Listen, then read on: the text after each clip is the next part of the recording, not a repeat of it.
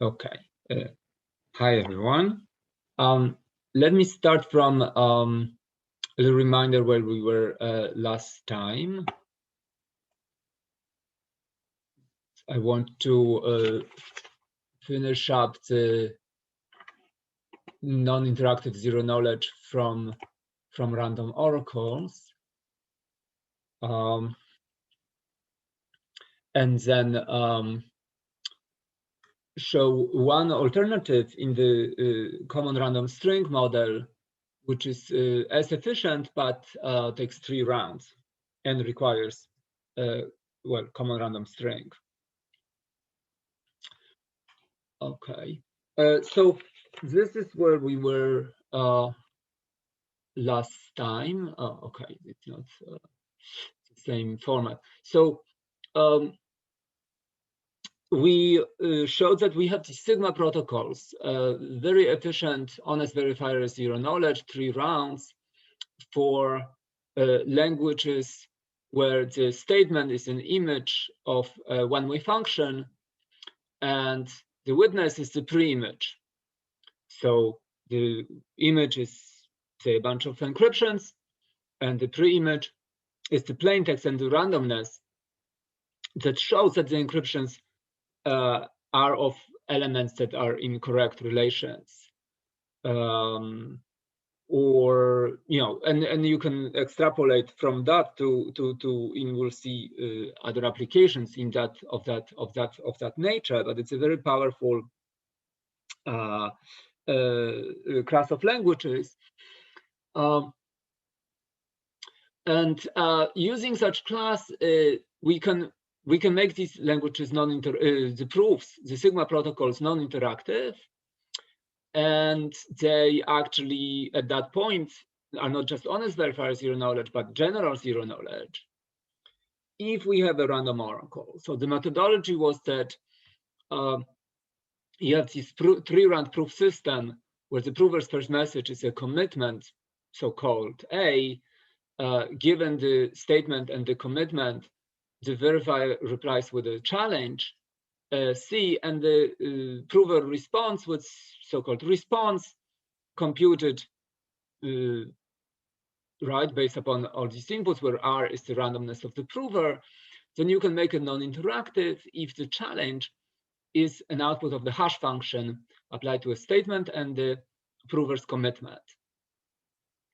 In other words, both the prover and the verifier talk to a hash function.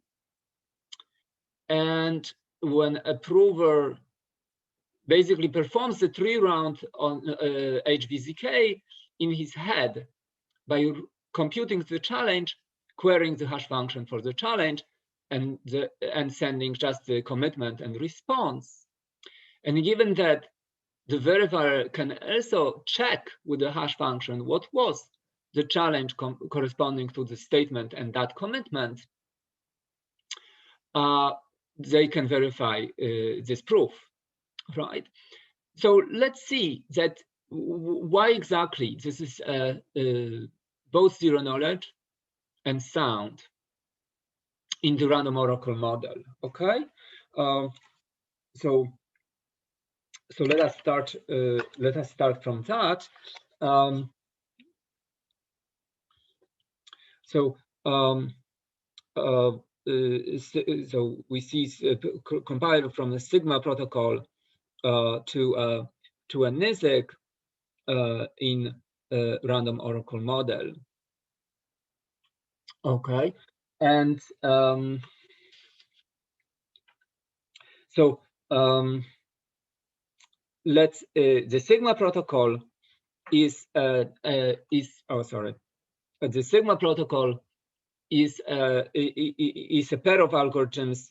The first prover,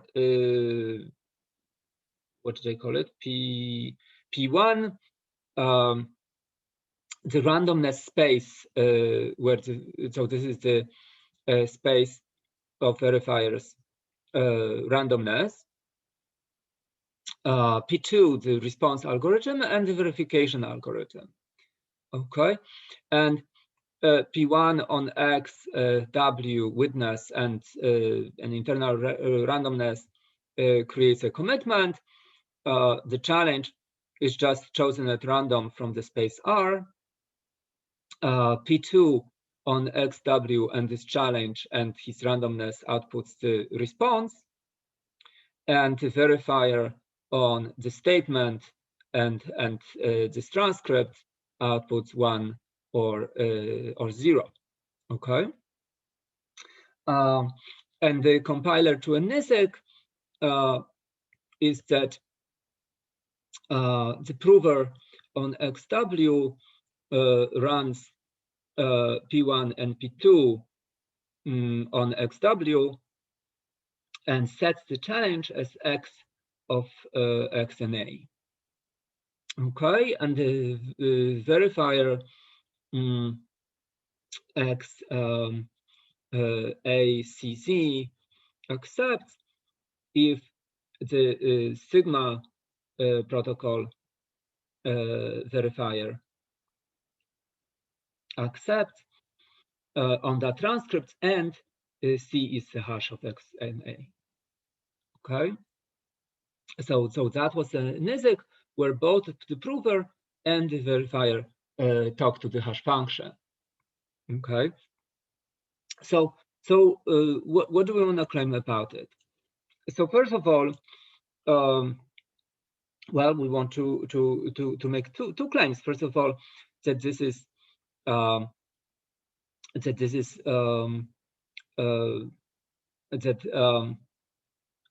the PH VH proof system is zero knowledge in random oracle model for this function H, and secondly that this proof system is sound. Again, both of them would use this. Okay, so let's see, you know, why that is. We need one more requirement on the Sigma protocol. That there is some set A of where these commitments come from, such that if you look at these commitments that are generated by the prover,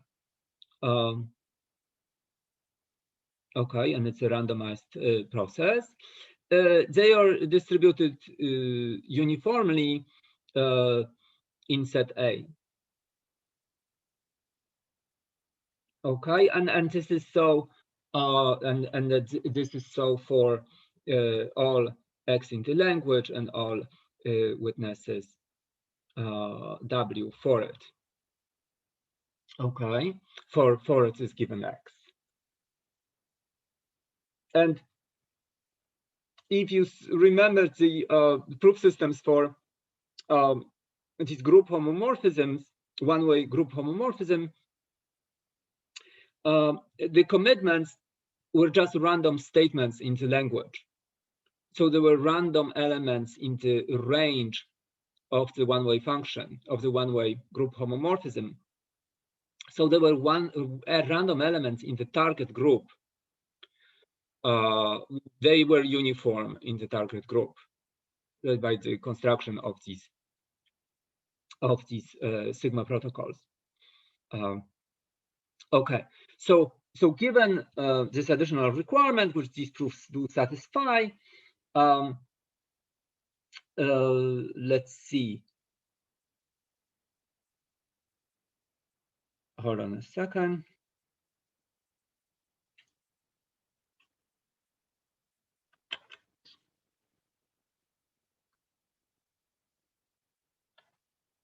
Okay, so we will need it in the zero knowledge. So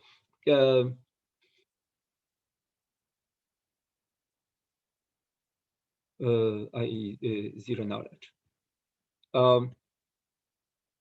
Okay, so we want to show that for any efficient V star, there exists an efficient simulation such that for all x, w in the relation for the language L, so that's a short form for saying that x is in the language and w is a witness for this x in the language. That if the verifier's view, when it's given access to the hash function and it's getting an x and a proof where the proof P is generated by the real prover on XW, well, and the real prover also has access to the hash function. That this is indistinguishable. So whatever V star, however it asks, queries hash function, and whatever it does with this proof that is generated by the real prover, it cannot act any different. In particular, it cannot tell the difference between this proof and a situation where it's given X and a simulated proof, where pi is an output of a simulator on X. Okay.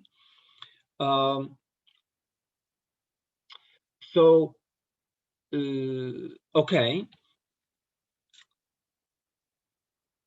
But there is one more thing that V star sees in the world, not just the proof, but also it interacts with the hash function H. So, so what does the V star, well, we could just say we want a V star who talks to a real function H and gets these real proofs to be indistinguishable from getting simulated proofs and talking to some independent hash function. But if H is real world H is an oracle in the sky, right? That nobody understands the insides of, you know, which is an incredibly strong assumption. Then talking to this hash function, right, is if we really model this hash function like a random oracle, perhaps in this view, we can replace it with a random function, but controlled by the simulator. So this is really the simulator here that is, you know, has like a front called H. Okay, let's draw it in pictures. This is the real view. The prover sends a proof to the verifier, and both of them talk to this random oracle in the sky. And now we want to replace it by the following view, where both of these entities are taken over by the simulator. And this is an arbitrarily malicious verifier, right? So the same arbitrarily malicious verifier, perhaps when his maliciousness, if this was an interactive protocol, then, you know, the fact that it's an attacker would be that he sends messages to the prover, like challenges in the proof systems that we have seen so far, that are arbitrarily computed, okay, and perhaps designed so that to extract knowledge about the witness from the honest prover. Because this is non-interactive, there is nothing that a bad guy can even do here, okay? So in some sense, he's basically a passive, forced to be a passive adversary because there is no interaction that he can engage in. But there is this part, So an attacker can can query hash function and perhaps see some information from the correlation between the proof and the hash oracle responses. So that's what we have to argue, that indeed this access to the hash function does not give any information. And why? Because there is a simulation procedure that can both output a proof without knowing a witness, well, and the trapdoor that allows the simulation is, in this case, a control over the hash function. And as long as these two transcripts, right, where this is a repeated, right, we start as a single proof, but he can query the hash function anytime he needs, he wants to, right? So we want to argue that these two views are indistinguishable, okay, or statistically, computationally, perhaps we can argue they are identical. They aren't identical, but they're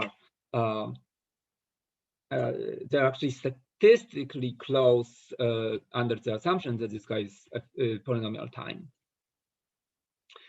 Okay.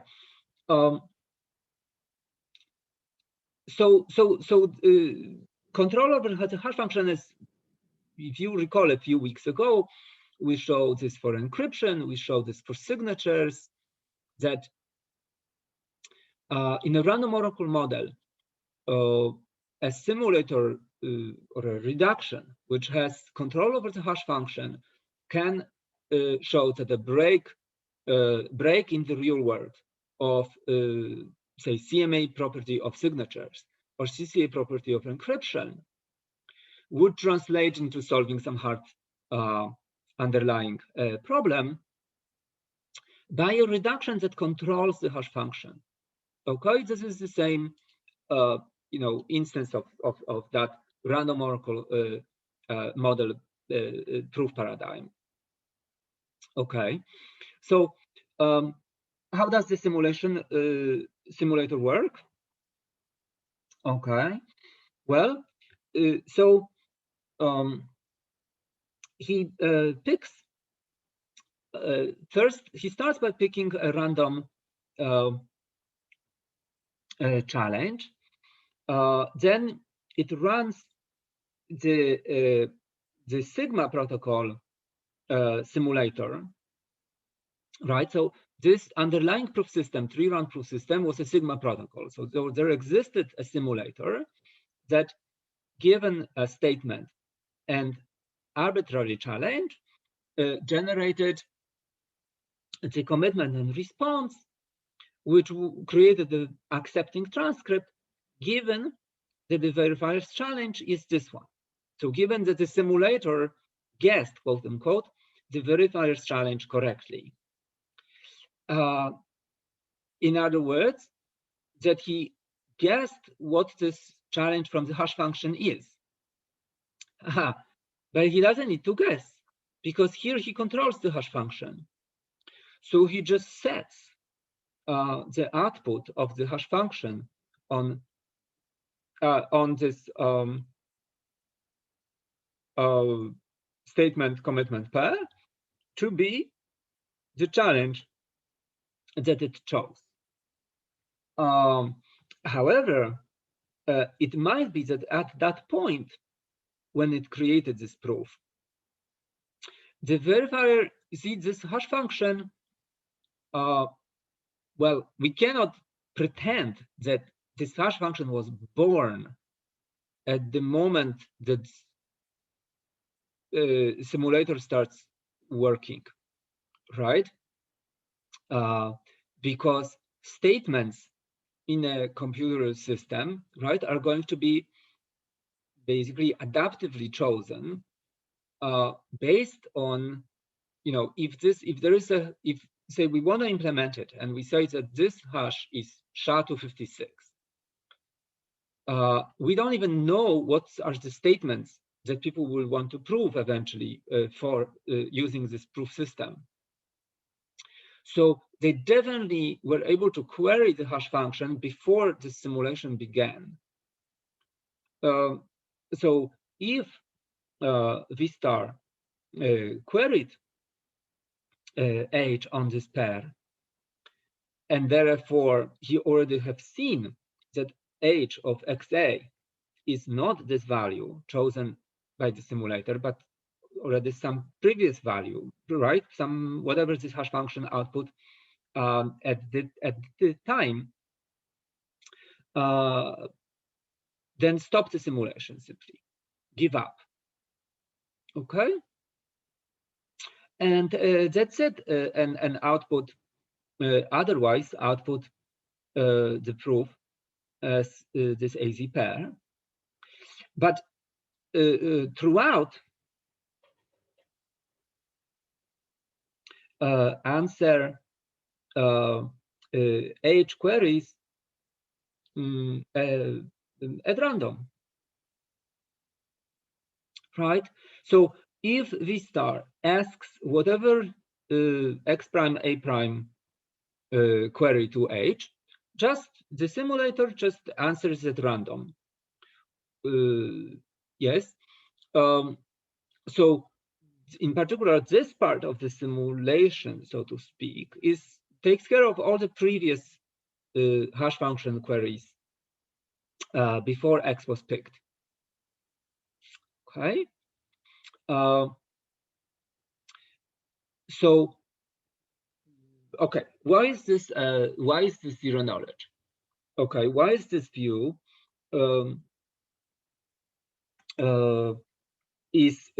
why does this view match the real world transcript? Okay. Well, if V star never queried age on XA for A chosen by the sim. Okay, then sim emulates real world view perfectly. Professor? Yeah. So A was chosen randomly from uppercase A on the left. Yes, by this case, yes. Okay. So because well, by so this goes by two things. First of all, because in the real world, A's are random in capital A, and secondly, because this is a Sigma protocol, so it has this special zero knowledge property, which says that these tuples are generated identically as in the real world, assuming that C is the challenge that the verifier picked. Okay. So since here verifier doesn't have freedom, it's the hash function that picks the C. So this is really an assumption that if hash function on A is C, then this is a perfect transcript. So in particular, A is random, is uniform in capital A, because that's how they are created by the real world transcript. So by the special zero knowledge of HVZK property of this simulator,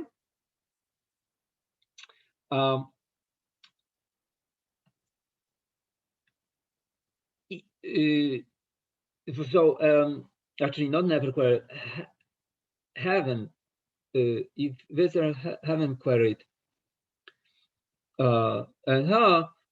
before seeing pi, right? Because after we produced pi and send it to the verifier, then he can, of course, query. At that point, it's already set to be C.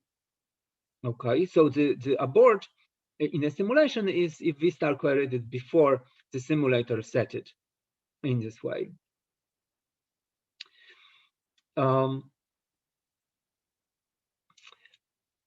So if V star hasn't queried before pi was produced, then well, all the other queries are emulated the way they are in the real world. And this query is true because this query is set to a random value in the hash function range. So therefore, it is distributed the same as in the real world. And the transcript from the challenge is by the property of the HVZK, a special HVZK, it exactly matches what the prover would produce, the AZ produced by the prover, given that challenge. Okay, so that's why it emulates. So, so this is the first claim, and the second is, well, it's easy to see the probability that V star queries H on XA chosen by sim for A chosen by simulator is at most the number of queries to the hash function divided by the set cardinality of this set, right? So this is negligible if QH is polynomial, right? Which it is if you are dealing with an efficient verifier algorithm here. And moreover, A has to be greater, has to be super polynomial. Right? So for this to be negligible quantity, and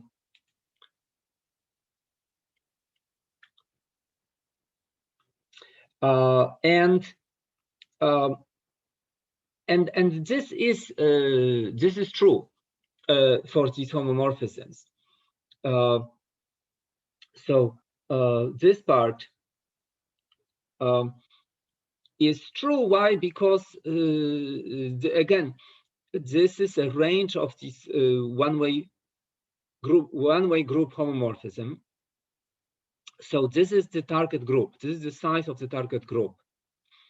If this is a group homomorphism, so the domain group and the target group have the same cardinalities. If the target group was small, then there's no way this would be a one-way function, right? Actually, they don't need the cardinality. It could be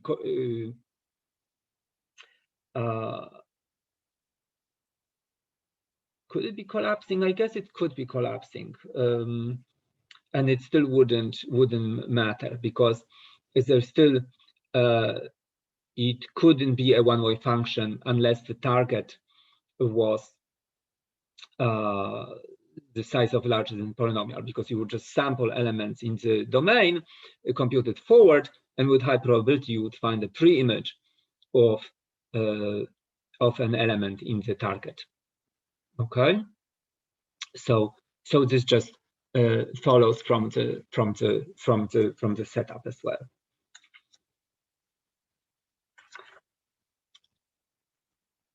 Okay, and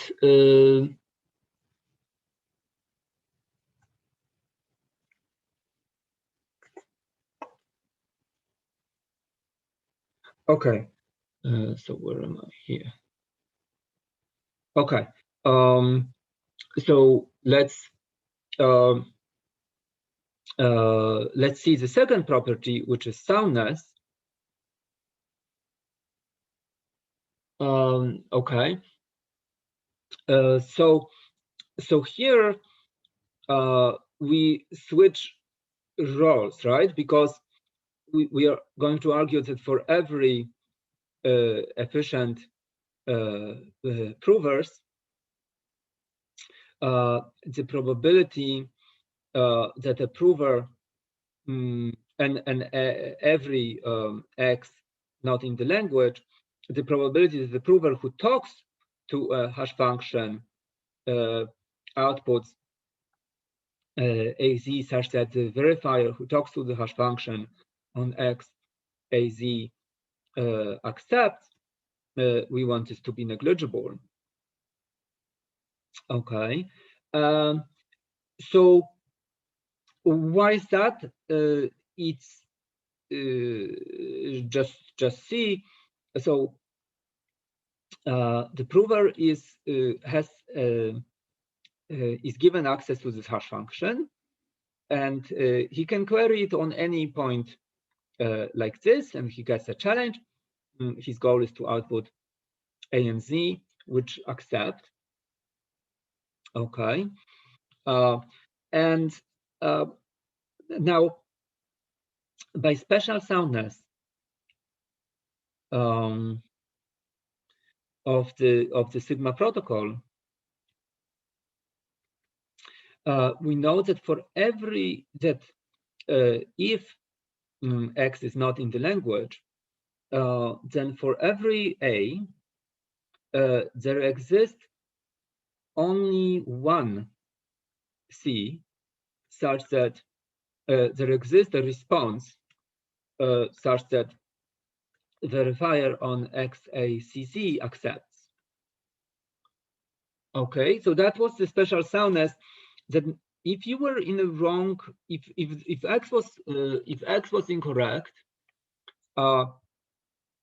then for no matter what statement, what commitment a prover sent, there existed only one challenge for which there was a valid response, because the special soundness says that if there exist two challenges for which there exist valid responses, then not only a witness for the original statement must exist, also you can compute it. So given the commitment and two transcripts, challenge response, and a new challenge, new response, both of them accepting, you could reconstruct the witness for the prover. Okay, so there can exist only one C for any A, and therefore the probability that P star it gets lucky, right? Which means that he, given whatever commitment he sends, that this C, that this output of the hash function, is this unique C for which the response exists, given that on that commitment. Well, that probability is 1 in the size of randomness, right? Because hash function is a random hash function that for any A, this response is uniform in the space of randomness. So, and how many chances this P star has? QH, the number of queries to the hash function. So it's bounded by QH over the size of randomness. This is also negligible if, well, as before, QH is polynomial, right? Which we already, well, okay, which is important to assume, right? That we are dealing with a limited prover. And secondly, that likewise the response size is the size of challenges is also super polynomial, and this requirement is also true about these Sigma protocols for one-way group homomorphisms. because the response, where are the responses? The responses were random elements in the well, we had to assume that this was a field, the domain group. In fact, these don't have to be group elements. They are basically integers, and yeah, right. Because by group properties, they are just what they determine is this linear equation and the multiplicity of how many times you do the group operation on either the permanent witness or the witness that is behind this one-time statement in the language A, right? So these were integers, but in any event, there was nothing stopping you from making them large. And how large can they be? Well, as large as the domain size, right? Like otherwise, the group operation would just make the larger challenges would be equivalent to some smaller ones, right? So in the example we have seen, this was the domain group was ZQ, modular residues mod prime. You should choose these challenges mod the same prime, and that's the maximum effective size, right? But again, if that prime was small, so polynomial in the security parameter, this couldn't be a one-way function. So this requirement just comes for free for these Sigma protocols, for these HVCKs. Professor? Yeah. So in this case, Q age is with respect to P star, but yes. Before it was with respect to V star, right? Yes. Okay. Yes. Yes. It's a sort of symmetric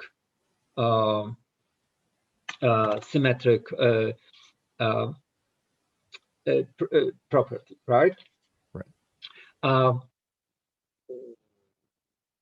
So these statements are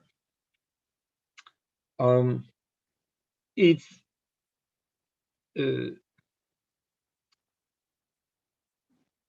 so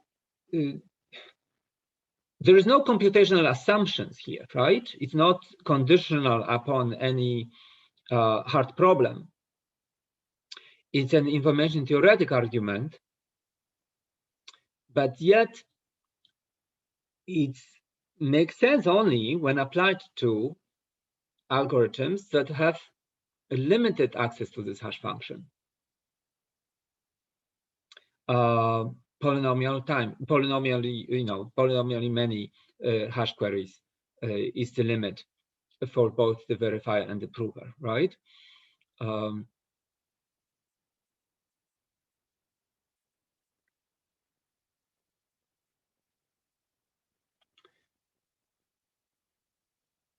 Okay. Well, so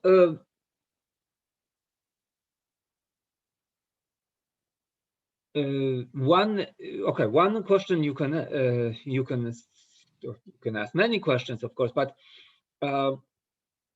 this random oracle assumption is often taken in practice for analysis of some of crypto systems, and yet we would like to go beyond it, right?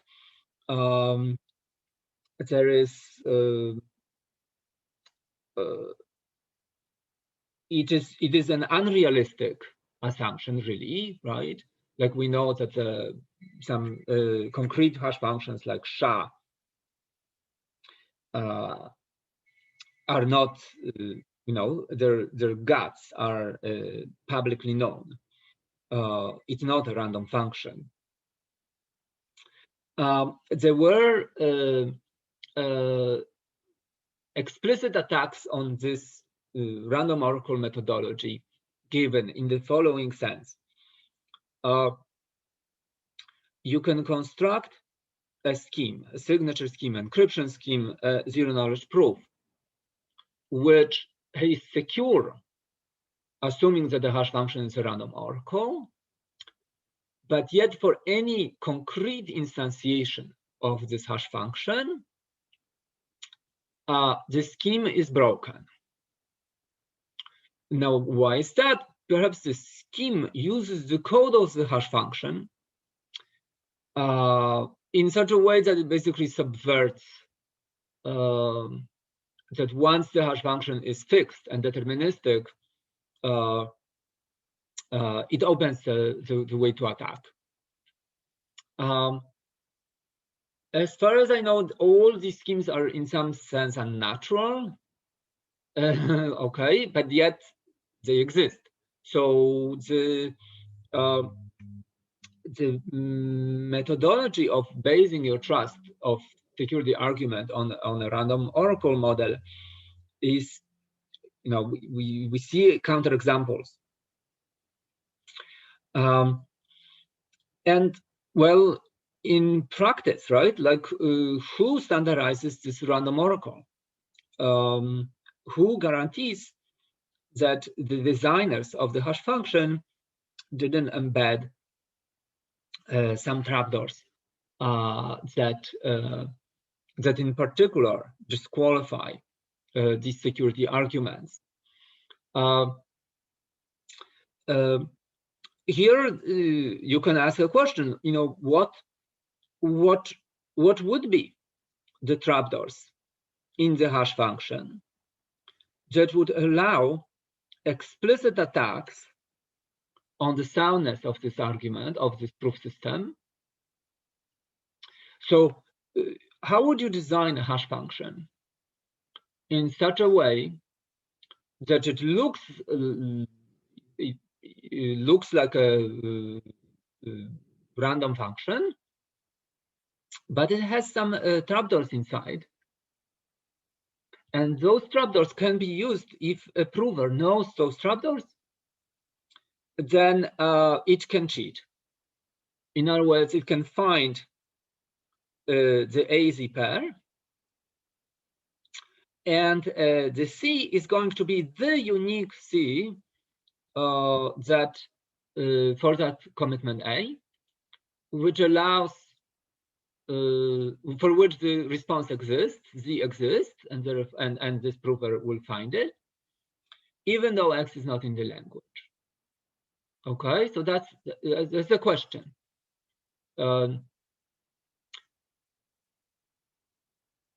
Okay, if you don't trust random oracles, ask, what would the malicious random oracle, quote unquote, look like? Likewise, for the simulation argument, is there some hash function which would help V star learn information about the witness from this proof? Would such a hash function, can it exist? Okay, like design it in an arbitrarily malicious way. So this proof system is set, it's known. Okay, you can maybe even think of some specific group, special honest refers zero knowledge for some specific group homomorphism, and say it's standardized, and it says, whatever the hash function is, we're just going to run it this way. And now, knowing all that, design a hash function to circumvent either the soundness or the zero knowledge. Okay, and you can also circumvent for a specific statement. So a zero knowledge for some specific X, such that you will be learning W for it. Although perhaps that doesn't make sense, but okay. But you also have that maybe some subgroup of statements. And likewise in the soundness. So this is much more clear, right? Just one X not in the language for which the prover would succeed, given this maliciously designed hash function.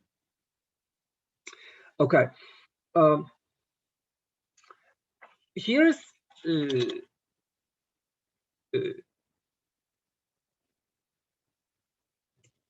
excuse me. Here's one alternative we can show for these proof systems, which relax the existence of a random hash function can be thought of as a setup assumption. Somebody came and designed a hash function and designed it in this,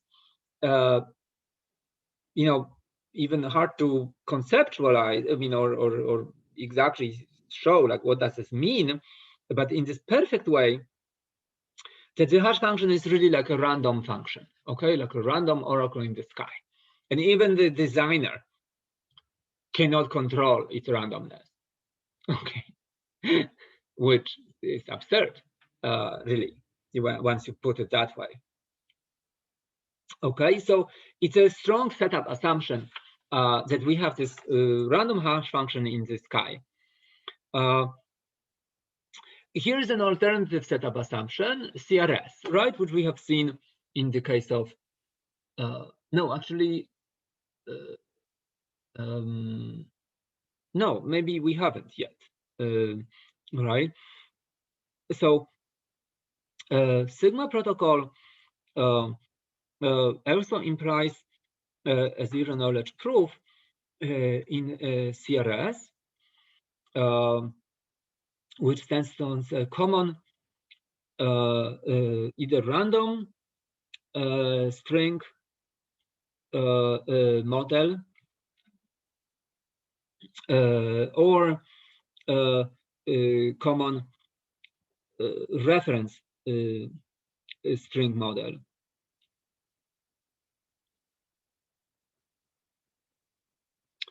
And the difference is this is a more general one, where we say that the public parameters are a reference string. So they're announced, everybody, all the instances of the algorithms will use that string as a sort of a reference string. And this is the case where that string is also looks like a random string. Okay, so for example, if a reference string is a bunch of group elements that can be in groups where group elements can be represented as random strings, you are here. If your reference string is a RSA modulus, then that's not a random number, and it's not clear how to encode it as a random number without giving a trapdoor, right? Because you could encode a RSA modulus using as coins used to generate it. But that gives you the trapdoors, the phi of n, right? The primes. Okay, so probably it would be a useless way of encoding because it would basically give out the trapdoors that are behind this reference string. And the zero knowledge proof uses 3 rounds. But this is given so-called trapdoor commitments.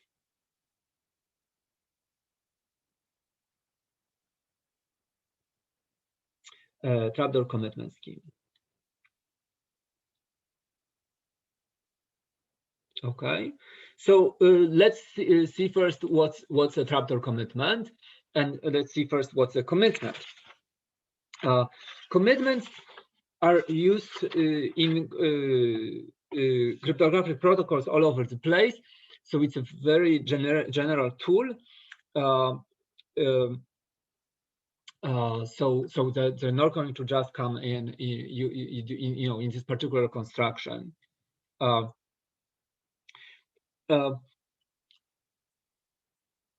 Okay, so commitment scheme is a triple of parameter generation, commitment, and an opening algorithms, which have the following syntax. The parameter generation on input the security parameter outputs a string pi. This is the reference string.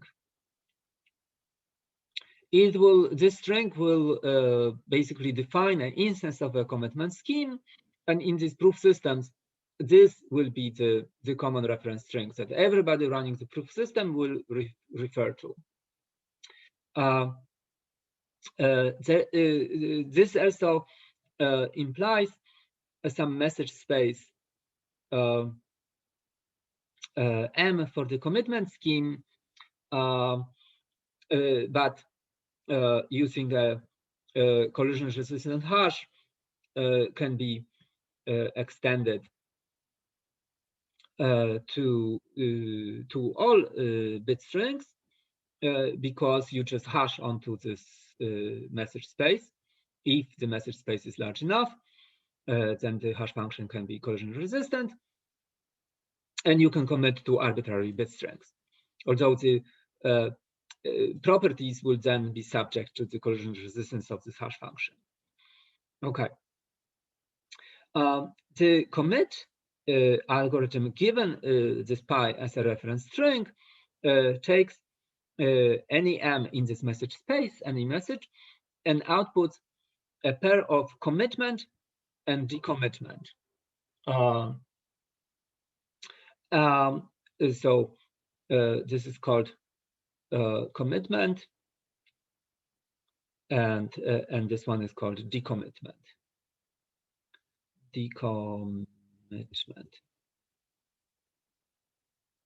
Okay, and the open algorithm using pi as a reference, given commitment, decommitment, and m, outputs 1 or 0.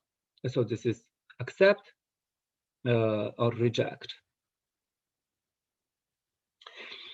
The way to use it is that if somebody generates this reference string,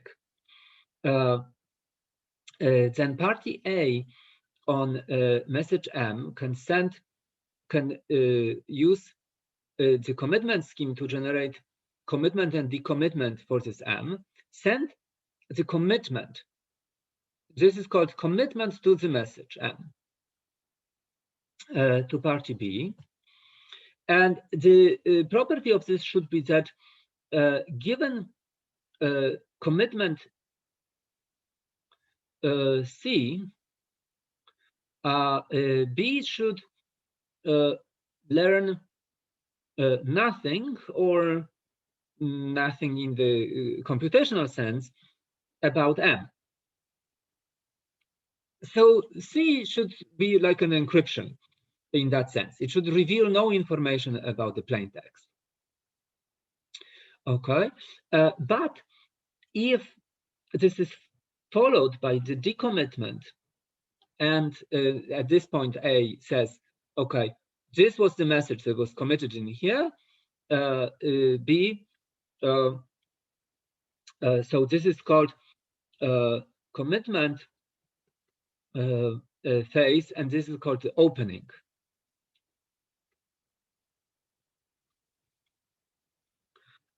B sees at this point that C was a commitment to M. And okay, so whereas the commitment part has the privacy property, what is the security of this opening? Well, the semantics of this should be that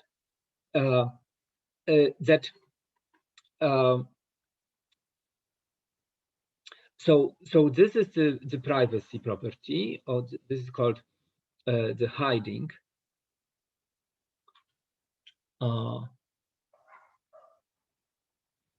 Property, and there is a second property called binding.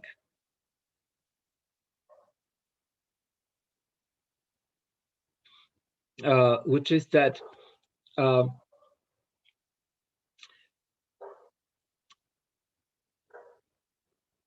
M is fixed when C is sent. Okay, that's the property. In other words, when A sends C, there is only one M that it can open this C to. It must have performed this commitment on an M that it knew at this point, and this M cannot be changed. So for example, if we could prove to each other that we have followed some protocol securely, honestly, using the following method. You and I use some randomness to go through the protocol. And we commit to all our inputs, including this randomness. And then once we are done, we reveal to each other what our inputs were, and we decommit, okay, to them. So now you can verify, we can verify each other's actions, that indeed we were following on these committed inputs. What this shows is that at no point during the protocol execution, you can verify that I have diverged, right? That I have diverged at no point. I have followed the protocol, and I didn't choose adaptively my next move based on your moves. No, I have created this randomness. I sampled it at the beginning and I committed to it. So I couldn't later on change my behavior based on what would be the most advantageous to me. So think in a zero knowledge proof. What was the problem with parallel repetition of a zero knowledge proof? It was that the verifier's challenges could be adaptively chosen based on the prover's first message, right? That's why we couldn't simulate parallel executions, because whereas on a single execution, perhaps we can guess what the challenge will be and will recurse until we find it. The probability that we guess all responses on polynomially many right of such proof is negligible. But if the verifier committed to his challenges, then well, the challenges cannot be adaptively chosen based on this first message, and perhaps that would indeed allow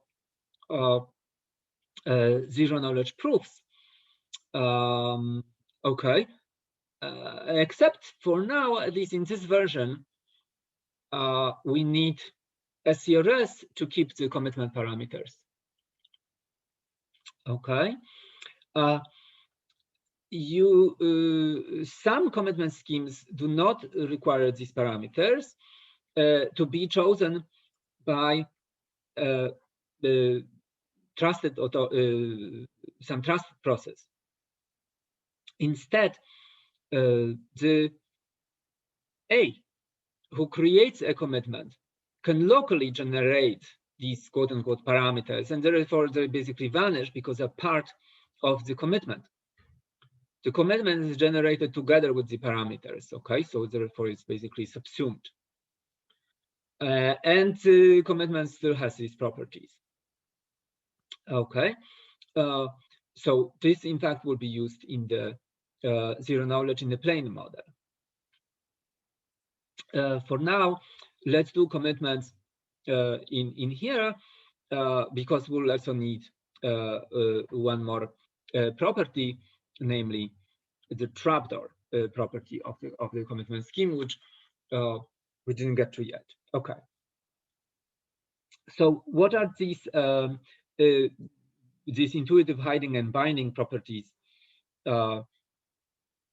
how to state them formally. Hiding is that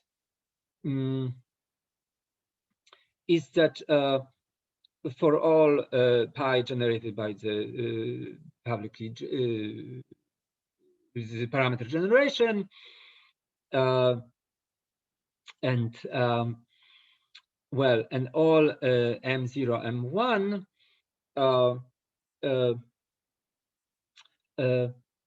basically, if you look at the C created as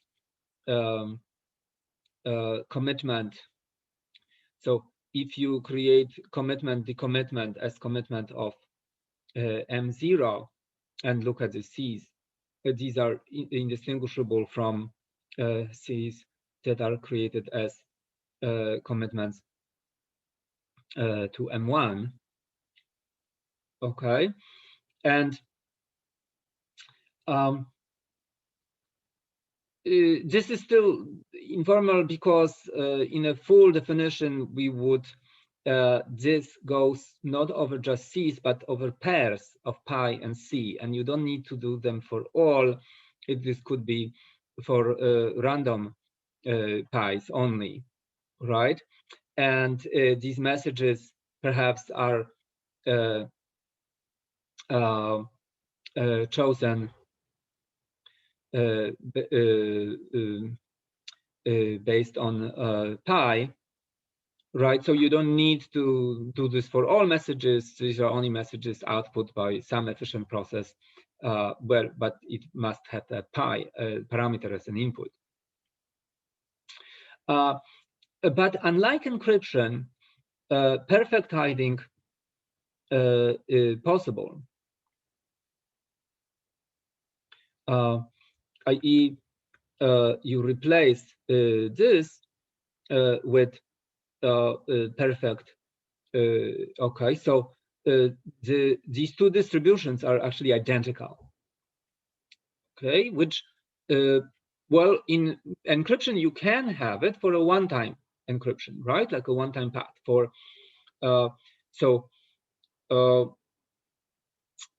but you there yeah.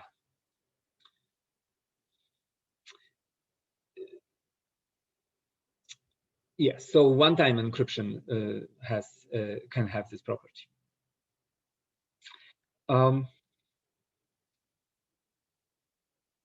Okay, so that's a hiding property.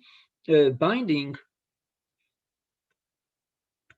is that for every the problem for every efficient A star, the probability of A on pi outputting a commitment and two different openings of the same commitments.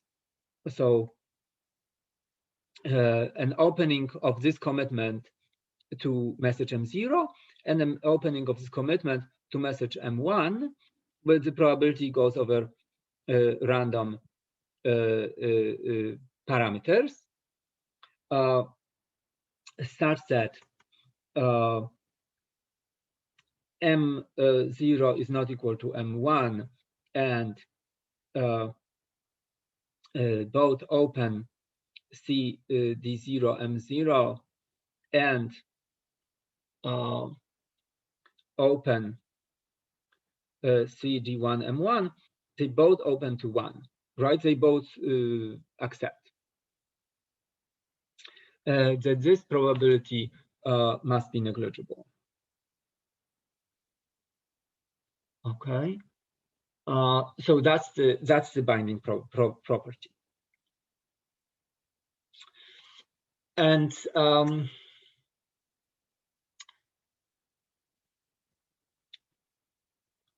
now see a simple instantiation, Pedersen commitments.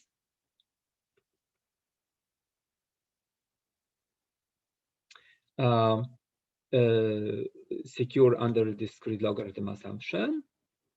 The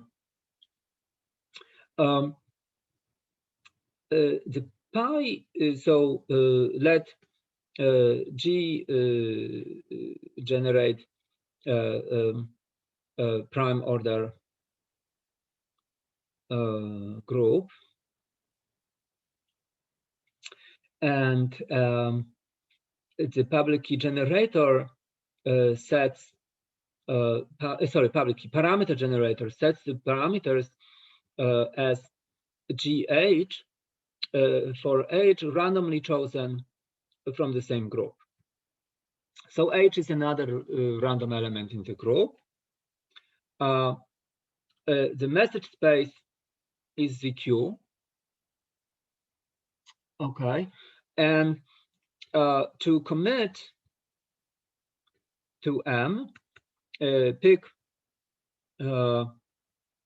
random R in the Q and set C to be G to the M times H to the R in the group, and D to be the randomness R. Now, given that you can open, so if C is your commitment, D is claimed to be a decommitment to message M, so that outputs 1 if and only if the verification C is G to the M times H to the D holds, right? So MD is the opening. The discrete logarithms that make this equation true is the opening of commitment C. Okay, now, so let's see hiding. It's perfect because for every M, C is distributed uniformly in this group. And why is that? Because no matter what G to the M is, it is a group element. And because it's a prime order group, if I multiply a group element by H to the R, this group element, H to the R, is a random element in the group, right? Because the prime order, so H is a generator, R is chosen from the group order. So this is a random group element. So this operation is a one-time pad in the group.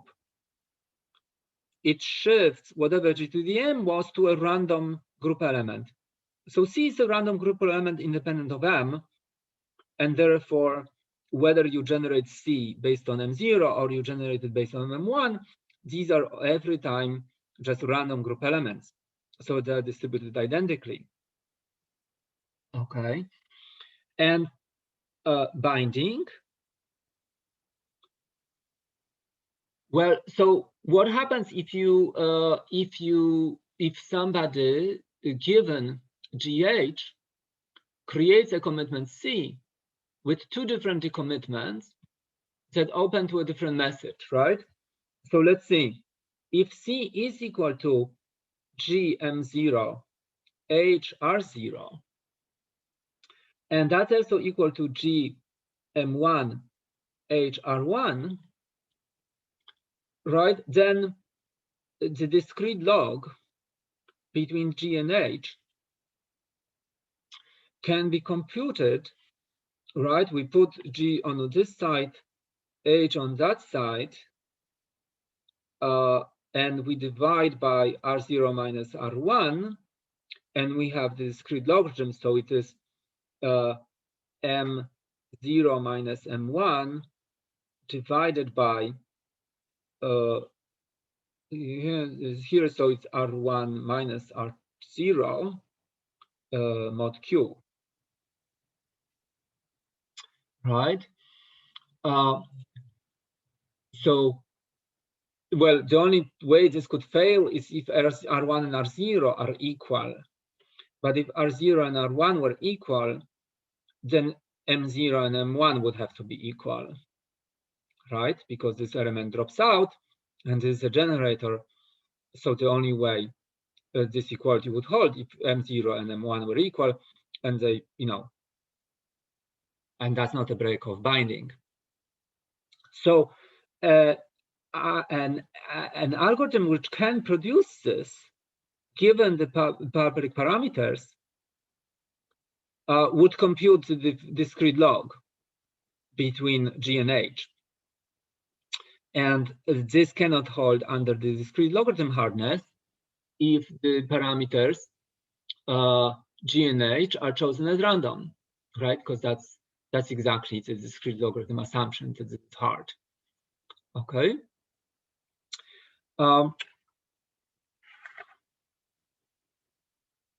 So a simple scheme, and it has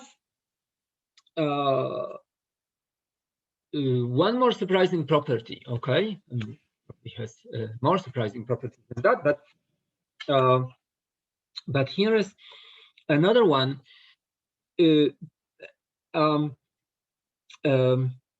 An extra property of Pedersen commitments is that it's a so-called trapdoor commitment.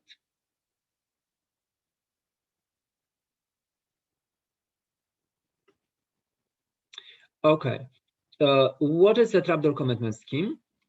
There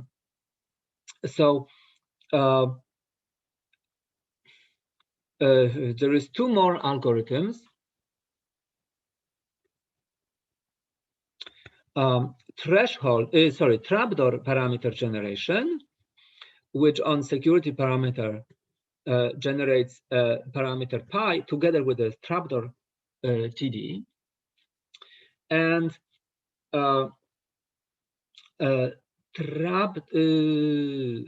three more, or maybe three more algorithms actually. Trapdoor commit,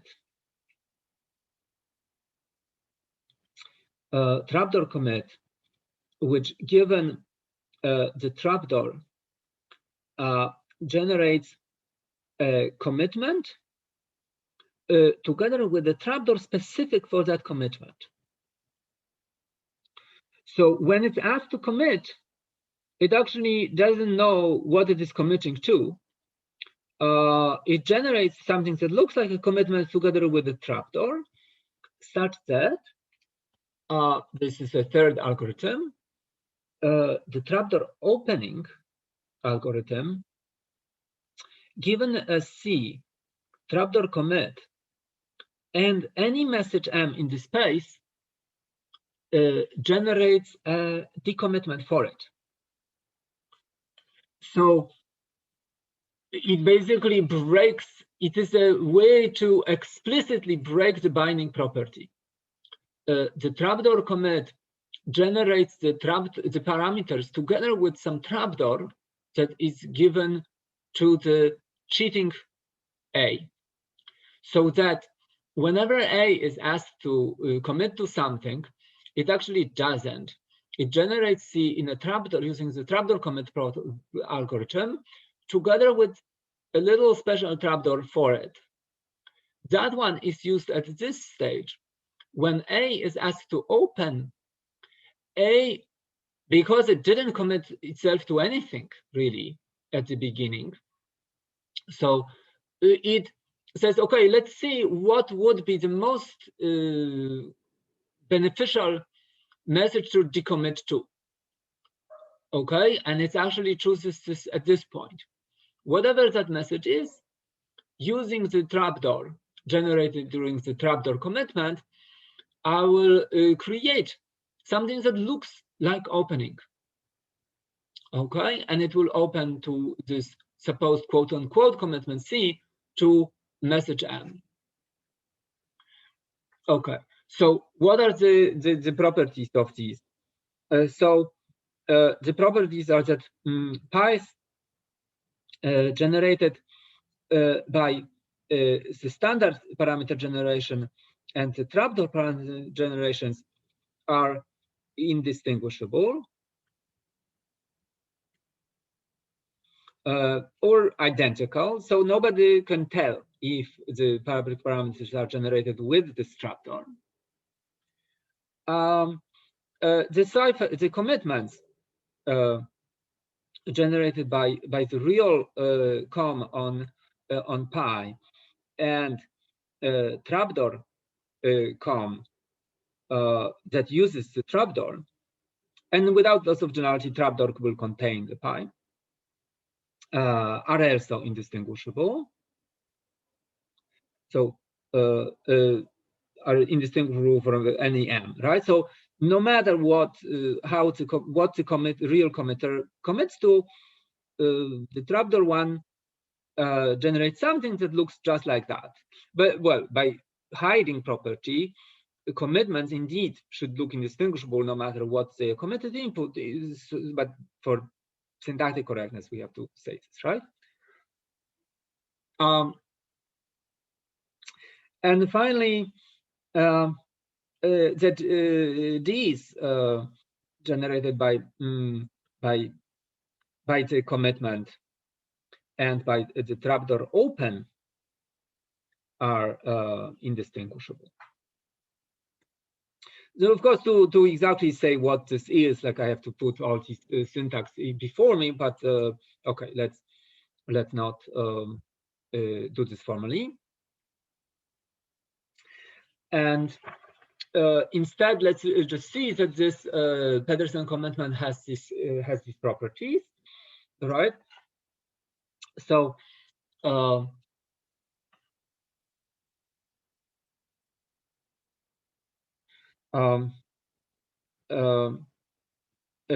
Pedersen commitment trapdoor properties is what? Trapdoor parameter generation picks the trapdoor to be a random element in the queue and sets h to be g to the trapdoor.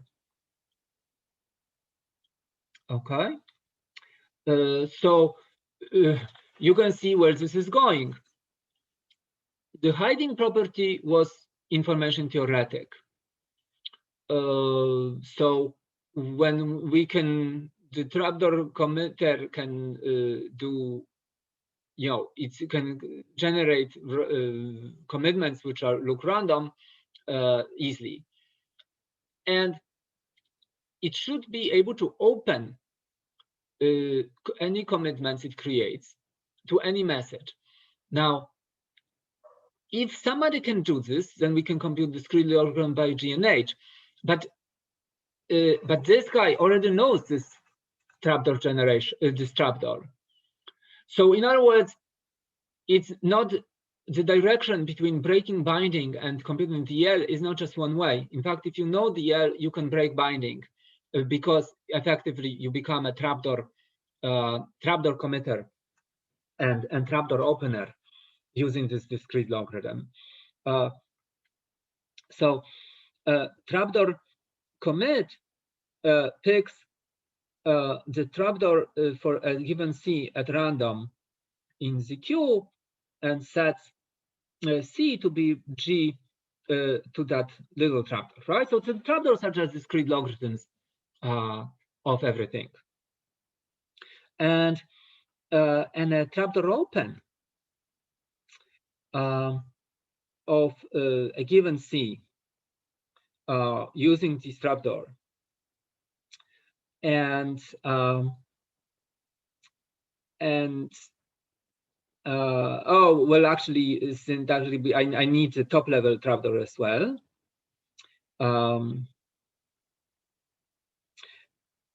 Know what? Let me pick slightly different because I will have too many trapdoors and it will be just annoying. Let's call this alpha. So the top level trapdoor is alpha, and let's call it, let's say, X. So C is G to the X. So the trapdoor for this commitment is the top level trapdoor, which is alpha, and also X. Okay, so now knowing these trapdoors, alpha and X, and given any message M, I can output a D such that what has to happen? C, which is equal to G to the X, must be equal to G to this message times H to the D. Trapdoor open has to find this D. Okay, let's see. But H is what? Is G to alpha. So this is simply G to M plus alpha D. So all he has to find is, in other words, X has to be equal to M plus alpha D. In other words, D is what? It's X minus M times alpha inverse mod Q, right? And this is the how you open. Yes. So if you know the discrete logarithm behind the public parameter, and if you know if you chose the quote-unquote commitment as a random group element with the discrete logarithm, you know, then you use these two the top level trapdoor and the trapdoor that was used for the particular commitment, and the message to open to that message. And all the properties are satisfied, right? This public parameter looks exactly the way it should. The commitments are random group elements, and the decommitments are they fit, right? Note that the decommitment, given the commitment and the message, is a deterministic function, right? There exists only one for any C and any M. There exists a unique D. So once you already have the parameter, the C and the M, G is a deterministic function of that. So the moment that the real open, this should be an open, and the trapdoor open hit that valid D, then they are from the same distributions already. You don't have to argue anything more for it. So in fact, all these are not just indistinguishable, they're identical. Okay. Okay. I ran a little bit slower, and I didn't get. So what we want to do with this trapdoor commitment is, in particular, show how to use it to have as efficient zero knowledge proofs with full zero knowledge using the common reference string instead of random oracles. Okay, there would still be 3 rounds though, but they will be as efficient as the Sigma protocols. Okay, we'll see it next time. And I think I will go to other uses of NIZKs. In particular, there's a very nice way of showing CCA security for encryption given NIZK, which actually is similar in some philosophical way to the way that we showed a standard model CMA secure signatures.